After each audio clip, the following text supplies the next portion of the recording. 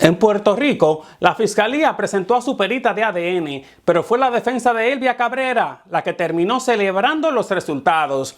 Los análisis discutidos ante el jurado no identificaron el perfil genético de Elvia ni el de sus hijas en los raspados tomados debajo de las uñas de Gabriela Nicole, ni en una muestra levantada del pavimento.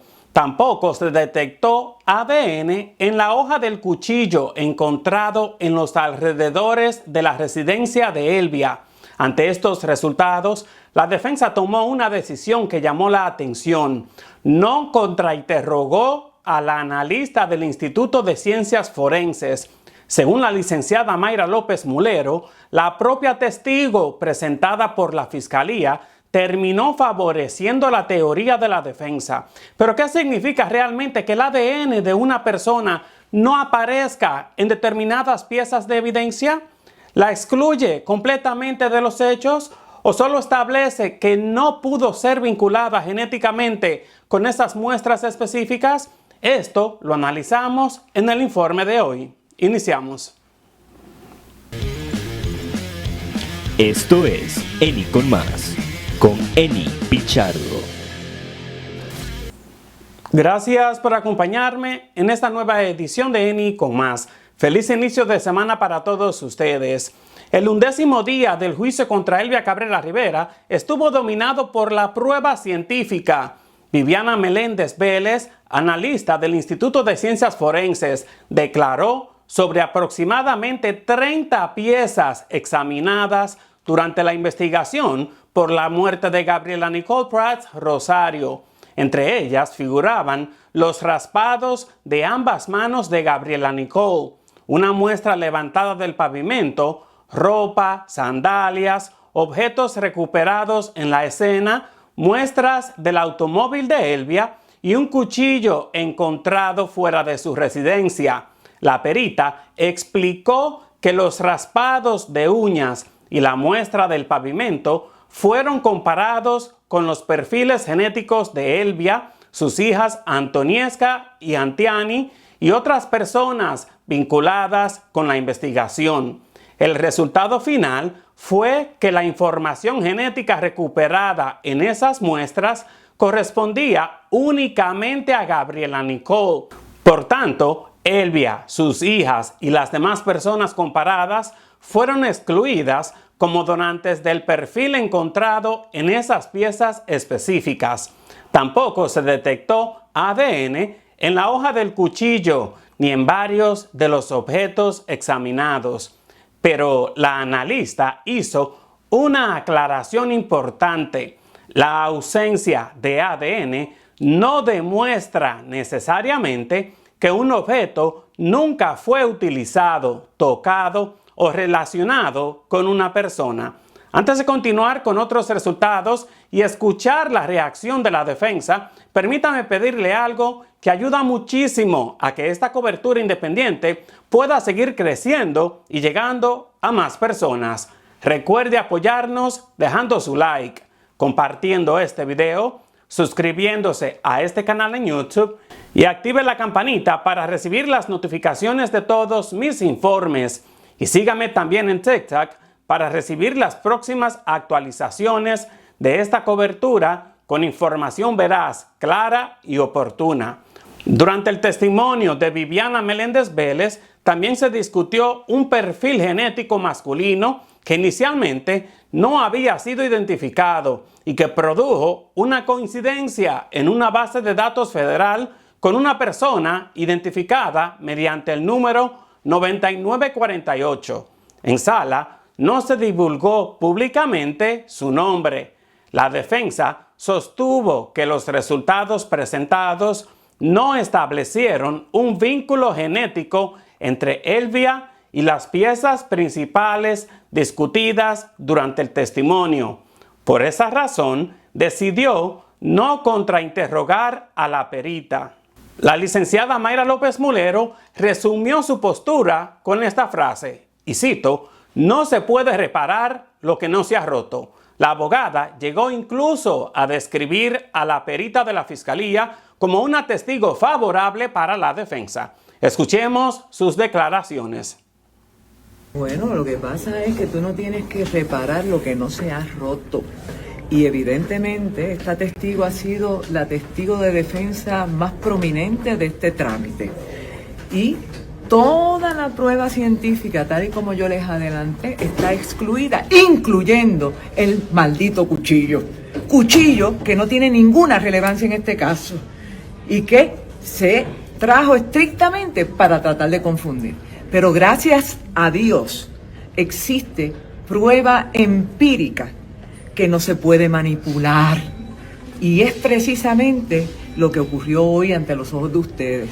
La testigo que hizo todos los análisis cometió errores, tuvo que enmendar en más de una ocasión, no siguieron los rigores correspondientes y ahora resulta que el material genético que estaba en el raspado de las uñas de Gabriela Nicole, que involucraba a un masculino desconocido, ahora resulta que es un número de un banco de datos 9948. O sea que Gabriela estaba peleando con 9948, que aparece en un banco que le envió el FBI al Instituto de Ciencias Forenses.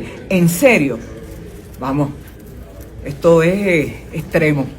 Aquí se quiere subestimar el intelecto de ese jurado, pero era evidente que no iban a prosperar. Esa es la interpretación de la defensa. La licenciada Mayra López Mulero sostiene que algo similar ha ocurrido con otras piezas presentadas por el Ministerio Público, entre ellas el cuchillo encontrado cerca de la residencia de su clienta. La Fiscalía, por su parte, argumenta que algunos de los resultados pueden relacionarse con otros elementos circunstanciales de su caso, incluyendo la controversia sobre las prendas entregadas a la policía. Será el jurado el que determine qué peso concede a los resultados científicos y cómo los compara con los testimonios y demás evidencia admitida. Para comprender qué significa una exclusión genética, qué valor tiene la ausencia de ADN y por qué una defensa puede decidir no contrainterrogar a una perita de la Fiscalía, conversé con el profesor Jorge Toledo Reina, abogado, profesor de Derecho y ex juez de Puerto Rico. No le pedí que determinara culpabilidad, inocencia ni credibilidad. Le pedí que nos ayudara a entender el proceso. Vamos con la entrevista. Profesor, gracias por estar acá con nosotros. Gracias por la invitación. Un placer. Y antes de comenzar, profesor, aclaro que no le pediré que determine culpabilidad o inocencia, ni que evalúe la credibilidad de personas específicas. La intención es básicamente entender principios jurídicos generales y los límites de este tipo de pruebas. Dicho esto, profesor, procedo a preguntarle, cuando una persona es excluida como donante de ADN en una muestra específica, ¿qué significa esto jurídicamente y qué límites tiene esta conclusión? Bueno, todo va a depender. O sea, el que haya excluido a una persona donante de ADN, lo que quiere decir es que no existe prueba utilizando el ADN de que esa persona estuviese en el sitio de los hechos o que hubiera tocado un arma o que hubiese tenido contacto directo con personas. O sea, ¿qué es lo que quiere decir eso? Eso quiere decir que el donante de ADN, yo doy mi prueba de ADN, yo doy mi prueba vocal, no aparece contrastada con no estoy hablando del caso que estamos hablando específicamente, estoy hablando en general, Claro. con la ropa o con el objeto o cualquier otra cosa. No quiere decir que terminantemente esa persona no estuvo allí. Lo que quiere decir es que no lo vincula a la prueba de ADN. De haber estado allí, no se dejaron rastros de ADN. Ahora, ¿cuán posible es que yo no dejara rastro de ADN? Pues depende de mil cosas, de lo que estaba ocurriendo, hasta de la superficie, todo ese tipo de cosas. Ahora, profesor, cuando una prueba científica, como usted lo mencionó, no vincula a una persona con determinadas piezas, pero sí existen otros tipos de evidencia, como prueba circunstancial o testimonial, ¿cómo se evalúan esos elementos en conjunto? Bueno, pues ahí es que Cuando termina de presentarse toda la prueba, recordemos siempre que hay que oír toda la prueba, el jugador tiene que ver, pues bien, 5 personas me dicen que esta persona estaba allí, pero no hay rastros de ADN por ninguna persona, pues ¿qué yo hago?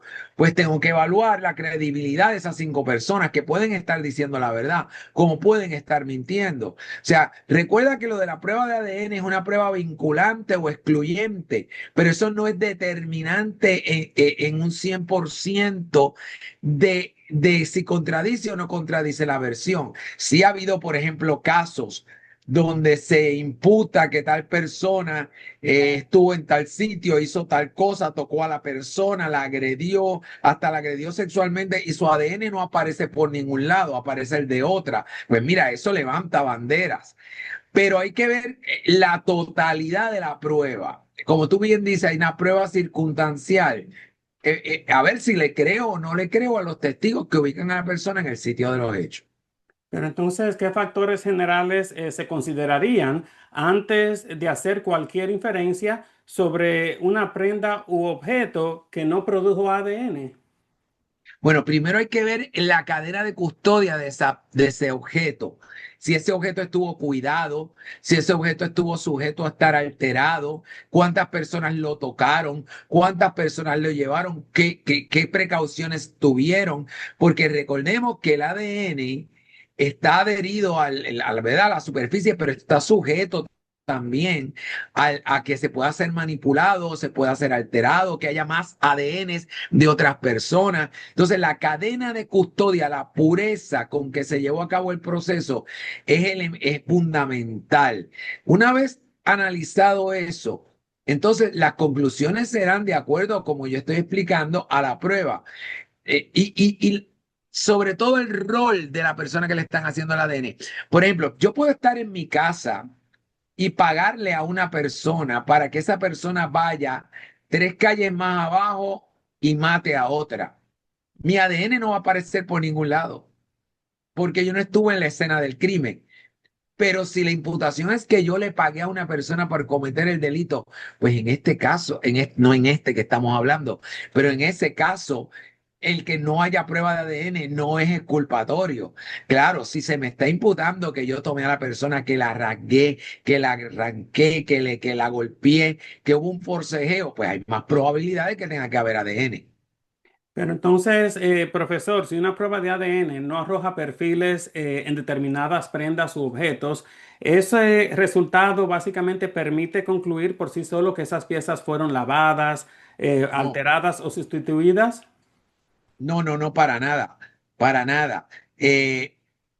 Ha habido casos donde la pieza es ocupada por la policía de Puerto Rico, se cuida muchísimo y al final no arrojan ADN porque no hubo suficiente, ¿verdad? Es como, aunque no es lo mismo, es como las huellas dactilares, que no solo basta que hayan tocado la superficie, sino que la superficie pueda recoger eso. O sea, el que no haya ADN en una ropa no quiere decir que fue lavada a propósito para que no hubiera ADN. Todo depende de bajo qué circunstancias ocurrió, hasta si la ropa estaba mojada o no estaba mojada, muchas cosas. Entonces, profesor, cuando se menciona una coincidencia genética con una persona identificada solo con un número o un código, ¿qué puede inferir legítimamente un jurado de esa coincidencia y qué Bueno, no los debe jurados sí, los jurados van a inferir o no inferir una vez hayan terminado de escuchar toda la prueba. O sea, no pueden estar infiriendo cuando les falta prueba por escuchar. Eso es lo primero. Y cada jurado tiene su percepción sobre todo, incluso en cómo declaró cada persona. Pero si hay una persona que aparece aún no identificado, pues lo que todos debemos llegar a la conclusión es que esa persona estaba allí. ¿Qué rol tuvo? ¿Qué rol no tuvo? Eso va a depender de lo que narren. Yo puedo ir caminando por la avenida y están asaltando a una persona y en el asalto me dan un golpe y yo rasgo con mi uña la de alguien o eso y mi ADN aparecer y no quiere decir que yo sea parte del asalto, ¿verdad? O sea, definitivamente, si el ADN de la persona aparece allí, estuvo allí o se llevó una pieza que tuviera su ADN y se colocó allí. Esa es otra forma. O sea, de alguna manera se conecta. Ahora, ¿qué rol tiene en esa escena? Eso va a depender del testimonio de las personas que estuvieron allí. ¿Y de dónde sale ese número, ese código? Ese es un código que se da bajo ciencias forenses y como la persona no es testigo o no es acusado, pues te mantiene sin dar la información. Se mantiene Ah, confidencial. ahora, profesor, si no se establece públicamente quién es esa persona, ni qué Ujú. relación tiene con los hechos, como usted lo mencionó, ¿qué valor limitado podría conservar ese perfil dentro del proceso? Bueno, lo que pasa es que eso depende de lo que la prueba que esté definiendo el Ministerio Público, ¿verdad? El Ministerio Público presenta la prueba que ellos entienden que tienen que presentar. Ahora, la realidad es que, como yo te dije una vez, esto es un rompecabezas. Si hay un pedacito del rompecabezas que no entra, el Ministerio Público tiene que satisfactoriamente explicar por qué no entró allí. ¿Por qué no entró allí? Tendría que explicar ¿por qué esa figura de esa persona no es mencionada? Volvemos a dar ejemplo. Puede haber un incidente donde hay 20 personas en el sitio y hay el ADN de 20 personas y esas 20 personas no participaron. Pero entonces hay que explicar, mire, esta persona que estaba allí no participó, no fue parte de esto, estaba pasando por allí. O sea, esas inferencias van a surgir cuando termine todo, cuando ya el Estado diga, ya yo no tengo que presentar más pruebas, que ahí entonces los que tengan que inferir dirán, bueno, esto y esto me suma y me da a esto. Y ahora pasando, profesor, brevemente a informes y estrategias de la defensa. Cuando una perita prepara informes suplementarios o cartas de enmienda porque recibe evidencia en fechas distintas, ¿cómo debe evaluarse ese proceso sin asumir automáticamente que hubo error, irregularidad o mala práctica? Bueno, la realidad es que el perito o la perita está sujeta a la prueba que le den, que le presente. ¿Ok? Un perito hace una evaluación, ya sea un perito de ADN, un perito de huellas dactilares, un perito de cualquier cosa, un patólogo, lo que sea, con la prueba que tiene delante. Si luego le traen prueba distinta, está obligado a volver a hacer su análisis a la luz de la nueva prueba, porque no hacerlo sería antiético. O sea, si yo estoy evaluando unas piezas y estoy evaluando el ADN y de momento me traen otras piezas, yo tengo que considerar esas nuevas piezas o me traen un nuevo perfil genético, pues lo tengo que considerar. Ahora, ¿por qué la evidencia no se le entrega, que quizás la pregunta que tú tienes, toda de una vez? Bueno, pues entonces el Estado tiene que explicar por qué no. Y si es que la fue descubriendo poco a poco. Lo que sí, y no estoy diciendo que eso pase en este caso, pero lo que sí es problemático que si el Estado tiene una pieza evidenciaria, tarde meses en entregársela al perito para que la evalúe, habiendo tenido a la disposición desde el principio. Eso yo no estoy diciendo que es lo que ocurre aquí, pero hay que tomar ese factor. Y esto lo entregaría el Ministerio Público, ¿no? Sí, claro, claro. O sea, el Ministerio Público, que es la Fiscalía, es quien tiene el control de la evidencia, de toda la evidencia ocupada. Es el que tiene el control y es quien le entrega al perito en todo tipo de casos. Un caso donde ocupen sustancias controladas a una persona. Hay que saber si esa sustancia verdaderamente es cocaína o no polvito de donita, como decimos. Pues, ¿quién tiene que entregarle al químico esa bolsita ocupada? Pues la policía de Puerto Rico, el agente que hizo lo que se llama la prueba de campo. ¿Y quién se le entregó el de la prueba de campo? El agente que lo ocupó. O sea, es con el Ministerio Público, con la Fiscalía, que esos peritos tienen el contacto. Y entonces, profesor, desde una perspectiva general de litigación, ¿qué razones estratégicas pueden llevar a una defensa a no contrainterrogar a un perito? Pues a un perito o a cualquiera. O sea, en la defensa tiene derecho a contrainterrogar los testigos del pueblo. El contrainterrogatorio, que es un tema bastante amplio, va dirigido a buscar impugnar ese testigo. que ese testimonio se vaya debilitando, ¿verdad? El testimonio del testigo, perdonando la redundancia, es una bolsa de agua y el contrainterrogatorio trata de ponerle los hoyitos a ver si esa bolsa se va o no se va. Pero claro, la defensa no tiene la obligación de contrainterrogar a todos los testigos del fiscal, igual que el fiscal si la defensa sienta. ¿Por qué? Porque si este testigo que se sienta no dice nada que perjudique la estrategia de la defensa, si ese testigo que se sienta no pone en riesgo la presunción de inocencia del acusado, pues la defensa va a decir por qué lo voy a interrogar. Es más, si ese testigo se sienta y aunque es del Ministerio Público, plantea cosas favorecedoras para la persona acusada, la defensa va a decir sobre eso yo no le voy a hacer pregunta. ¿Por qué? Pues porque sencillamente ese testimonio me favorece. Entonces, profesor, ¿puede un jurado interpretar la ausencia de ese contrainterrogatorio como una aceptación total del testimonio? ¿O será que ese testimonio todavía puede ser utilizado por algunas de las partes en sus argumentos? Mira, para nada. El contrainterrogatorio es la potestad de las preguntas, es lo que llama el derecho a la confrontación que tiene una parte a confrontar los testigos de la otra parte. ¿Y para qué se contrainterroga? Usualmente para impugnar ese testigo, para poner en duda la veracidad o la validez del testimonio. Pero muchas veces la defensa o el fiscal, si es un testigo del fiscal, no contrainterroga si entiende que ese testimonio no ha atacado su teoría, no ha afectado su caso, e inclusive le puede ser favorable. Ahora, una cosa es que la defensa decide no contrainterrogar a X persona porque entiende que no hay nada que preguntarle, no hay nada que aportar, no hay nada que atacar. Y otra cosa no quiere decir que porque no se contrainterroga a un testigo se dé por cierto lo que el testigo dice. Porque te doy el ejemplo.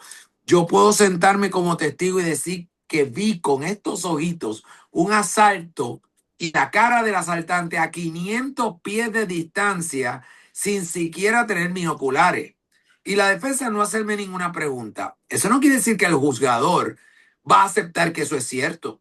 Todo testimonio, sea o no sea contrainterrogado, tiene que pasar por un análisis de credibilidad del juzgador. Y finalmente, profesor, mirando el panorama completo, desde la perspectiva judicial, ¿por qué es importante evitar conclusiones prematuras cuando todavía falta evidencia por presentarse y el proceso no ha concluido? Por eso mismo que tú acabas de decir, me alegro la pregunta. Las conclusiones prematuras lo que hacen es confundir. Además, tú no puedes, las personas no pueden llegar a unas conclusiones si no tienen toda la evidencia y falta evidencia. Y claro, esa evidencia va a ser sujeta a discusión y puede ser sujeta a que se encuentren contradictorias. O sea, hay que escuchar toda la evidencia y cuando yo digo toda la evidencia no es solo escuchar todos los testigos del pueblo, sino todos los contrainterrogatorios que tenga la defensa. Y ahí es que se da el panorama total. No se pueden hacer conclusiones a priori porque se correría el error, se correría el peligro de cometer el error de llegar a conclusiones ficticias, conclusiones que no tienen validez. Y súper importante el papel de la prensa con todo esto, ¿no? Claro, porque la posición de los medios debe ser, pues transmitir lo que ocurre, pero no predecir lo que va a ocurrir, porque esa no es la función ni de la prensa ni de nadie. Ninguna persona que sea abogado o que sea experto puede estar haciendo predicciones, puede dar un análisis.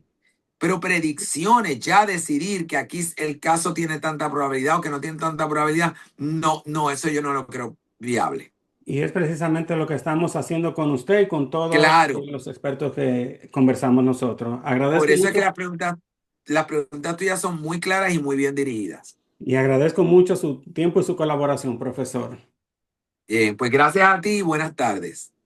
Como explicó el profesor Toledo Reina, la exclusión de una persona como donante de ADN en determinadas muestras no resuelve automáticamente todo el caso, pero tampoco es un resultado que el jurado pueda ignorar. Ahora corresponde comparar esa prueba científica con los testimonios y los demás elementos circunstanciales presentados en sala. Elvia Cabrera Rivera enfrenta cargos por asesinato en primer grado y violación a la ley de armas.